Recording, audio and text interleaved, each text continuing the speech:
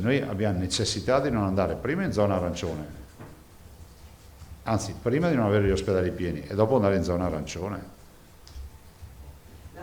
Perché siamo diventati una mosca bianca, anzi una mosca gialla. Alla vigilia del responso settimanale sulla pandemia in Italia, con relativo cambio o conferma del colore che indica lo stato di salute delle singole regioni, il Veneto arriva con dati solidi, dice Zaia, anche sul fronte delle terapie intensive, perché ce ne sono 1000, quelle previste per legge, 877, e quelle fatte in più, 123. Noi abbiamo dati assolutamente solidi, sia con l'R che con T, abbiamo sicuramente la situazione sotto controllo, non si discute la storia delle terapie intensive, questo lo voglio sottolineare. Seppur lentamente, i dati del contagio da coronavirus in Veneto crescono ancora, aggiunge Zaia. La pressione è elevata sia sugli ospedali che sulla RSA.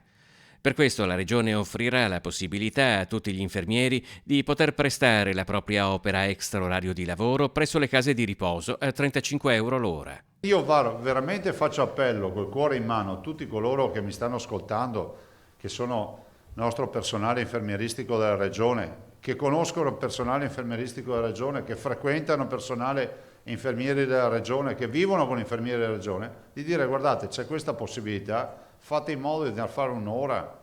Guarda, è remunerata ma è volontariato, perché le case di riposo sono in estrema sofferenza. In Veneto ci sono anche alcune piccole zone critiche. I sindaci della Valle dell'Agno hanno fatto il punto della situazione con l'assessore alla sanità Lanzarin e il direttore generale dell'azienda sanitaria.